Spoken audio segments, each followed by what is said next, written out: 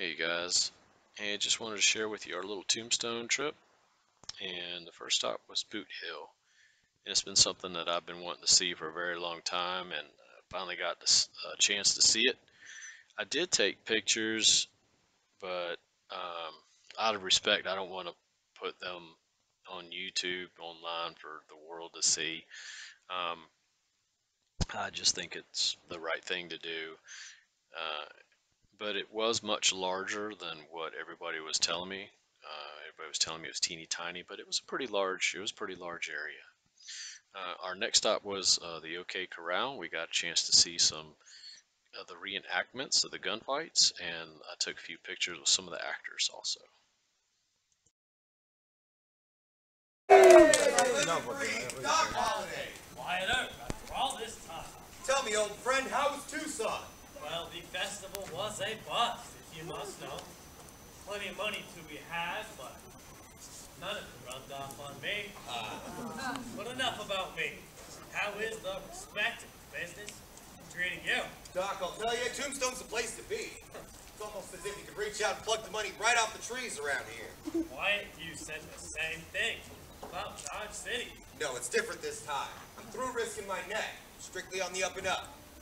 That is, until the elections are over. Isn't that right? So you've heard of my intentions? I can already picture it. Wyatt, county sheriff. You haven't changed a bit.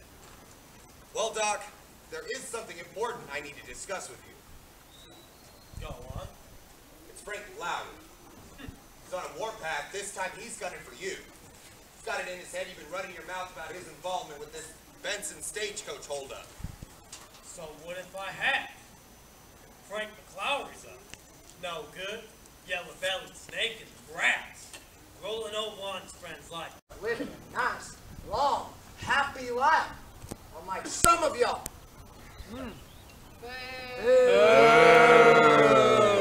Is that you making threats again, Frank? No, Morgan. See, I don't make threats. When I say a man dies, boy, he All dies! right, that's enough. I've dealt with men like you my whole life, Frank. You don't scare me. I'll go down to Charleston, down to San Simone.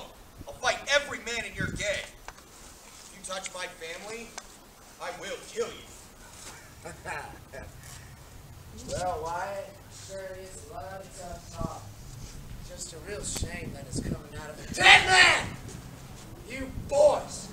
Oh, you boys had your chance to run us out of this town. Look around yourselves, though.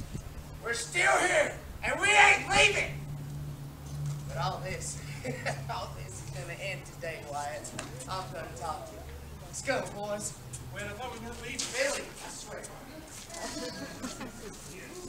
There's going to be more of the cowboys here in a minute. Yeah, what about their big guns? Curly Bill, Johnny Ringo? Don't worry about them. If Frank gets himself shot, it's just more spoils for the rest of us. At the rate he's going, that might just happen. Well, he's drunk and suspicious, Virgil. He knows about that deal we made to turn in them stage robbers. But if Curly Bill or Ringo find out, it's not going to sit well. So he buries us, he buries that secret. That's right. What is going on out here, Wyatt? Always business, Doc. Nothing for you. And here's a picture of me and Doc Holliday. He said, "Look tough. I got a reputation to uphold."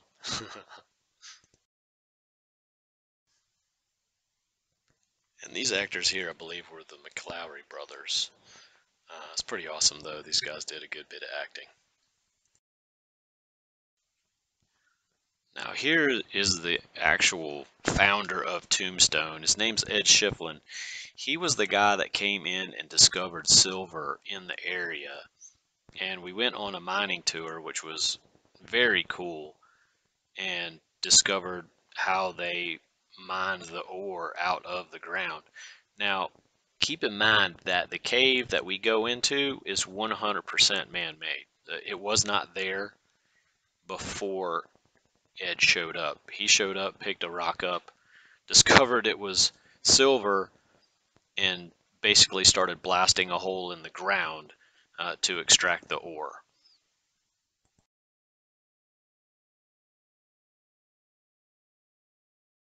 return for a full 10 hours underground. Now after they got done drilling the holes, they would fill this full of blasting powder and blow it up. It would take 2 full hours for that dust to settle. Now there was 50 miners working in these mines at all times. 20 of them were drillers doing this job right here. 10 of them were supervisors in charge of that blasting powder. Another 20 were muckers. Now they had the unlucky job of the group. They had to carry burlap sacks filled with ore for 100 pounds in and out that mine all day long. Pretty taxing, don't you think? Now Ed ran into a little problem at his first claim. He only got 6 feet down, not very deep for a mine. Everybody started to panic, thought they quit their jobs for nothing. Ed said, "Don't worry, I'll find more," and he found that more right here at the Good Enough mine. Now let's start heading down, folks. Now the Tombstone mining district was made up of 40 square miles. In that 40 square miles, there was 11,000 claims.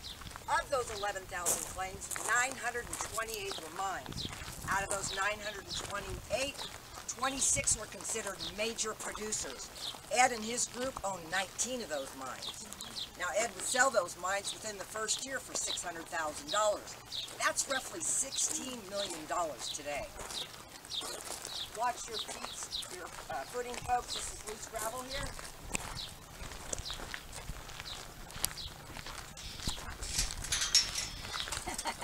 No matter what the dog says. I'll meet you folks down there by that steam mill, okay? Right there on the left-hand side. Don't look at you, no matter what the dog says.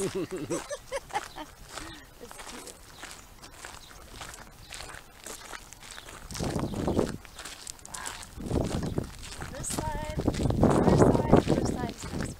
That's crazy.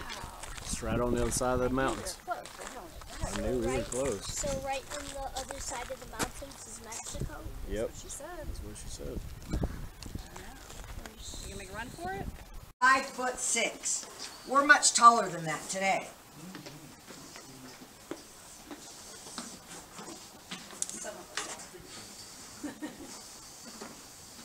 Now there are 60 steps down and 60 steps back up. If you don't like that many stairs, take 2 at a time and D30. Just kidding. Hang on to the handrails, folks, and please take your time. We'll wait on you at the bottom. Oh, it's getting colder. You will feel a significant temperature drop once we get about halfway down the stairs. Significant temperature drop. Is it colder or warmer? Well, what do you think? Cold. I say, what do you feel it doing now? I thought it was warm because I thought we were going down to the Earth's core. No, it's gonna get warm. Step right here, wait for everybody. Well, at least what are they, mushers?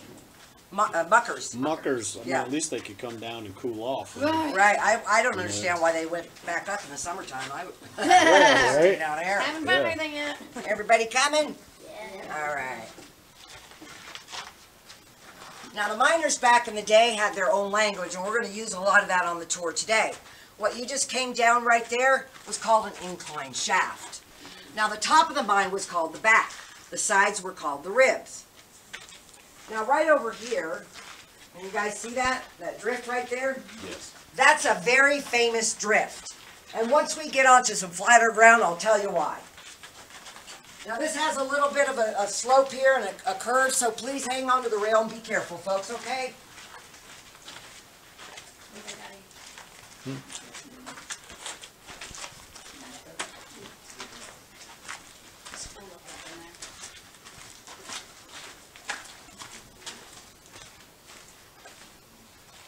Feels good down here, doesn't it? Oh my gosh.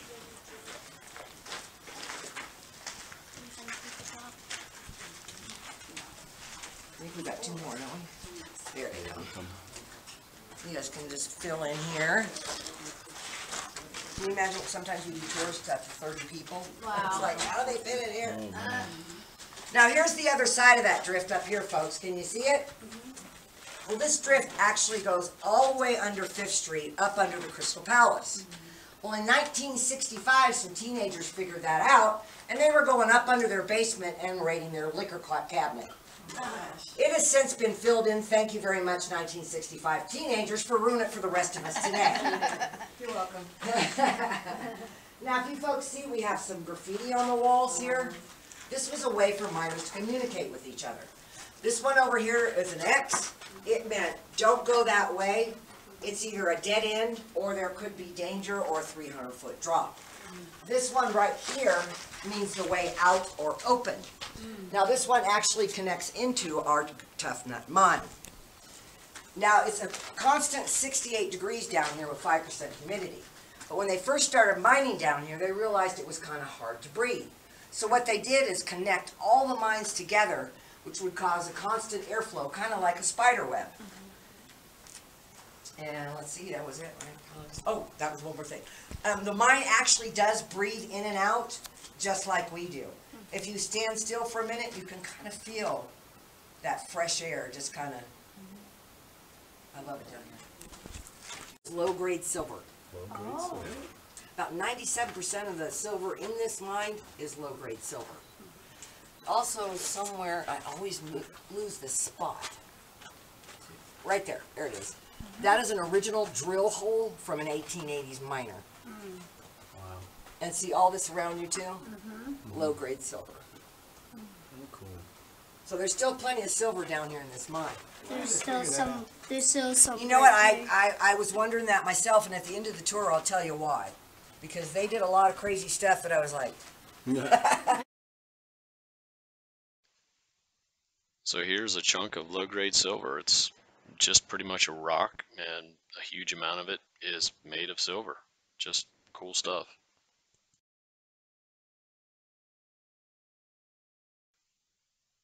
These guys were the comedy shootout, if you could call it that. It was pretty funny. Levi had a great time with these guys, and we grabbed a picture of them after the show. Sorry. My name is Ringo. Boo! It's a slow audience. What can I do for you? Oh, well, I was over there at the Corral, and a fella by the name of Ike actually told me somebody dressed just like you came in and brought a mule this morning. Oh, Ike's got a big mouth. Maybe I did. What of it? What of it? He's got a big mouth. He likes drama. Maybe I did. That was my mule. How do you figure that were your mule? Well, I can describe her for you. Well, I think you should. Well, she's about a little bitty gray mare. Oh, I say about that tall. Not from me to you, and I passed my bingo, she wakes up, babe. Sure are dirty. No, you mister. Don't touch me. Oh, hold on. You had a mule wink at you? I wink at her, she winks at me like this. Anybody else find that creepy? Probably illegal. Now this mule, did she have an ear tag? Ow, no! Oh, I apologize. Over here. I need a drink. Right here. I got you right here. Here you go. You know, that's a prop.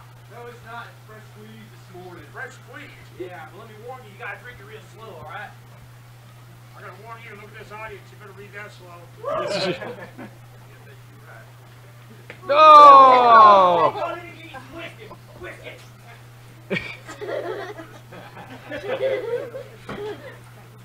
Mama said whiskey to the devil, but that didn't back out. Right there, bingo.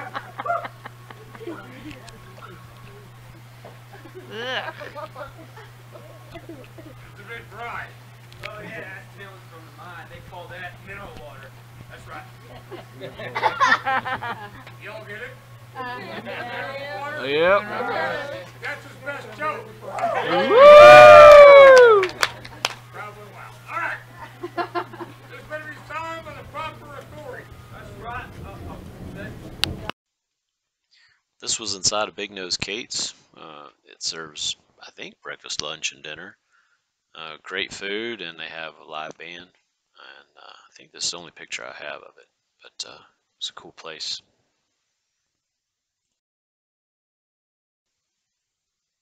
And this is the Birdcage Theater. The cool thing about the Birdcage is that it's 100% original.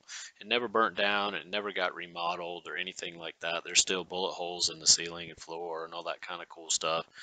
It's unfortunate though that I can't share any of the pictures inside. They had signs in there saying that it was not allowed unless written permission was given, and I never got written permission. So we're outside the birdcage here, but it was very cool to go in and wander through the museum. It's now a museum and no longer a theater. One place that I wish we would have gone to sooner was the Gunslinger Museum, and that's all the way in the back off of Tough Nut Street, about in the middle of Tough Nut Street.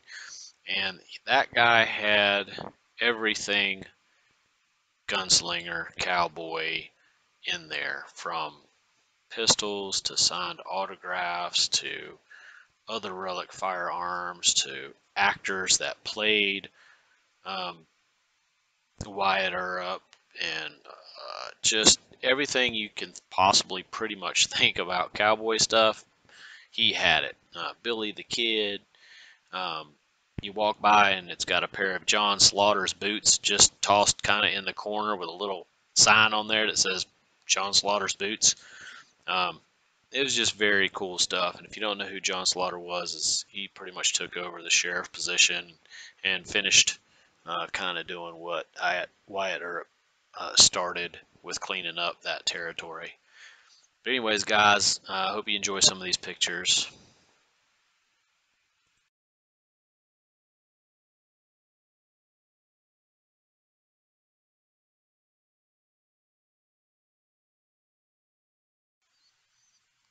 Alright guys, here was pretty much the last stop, was Wyatt Earp's house.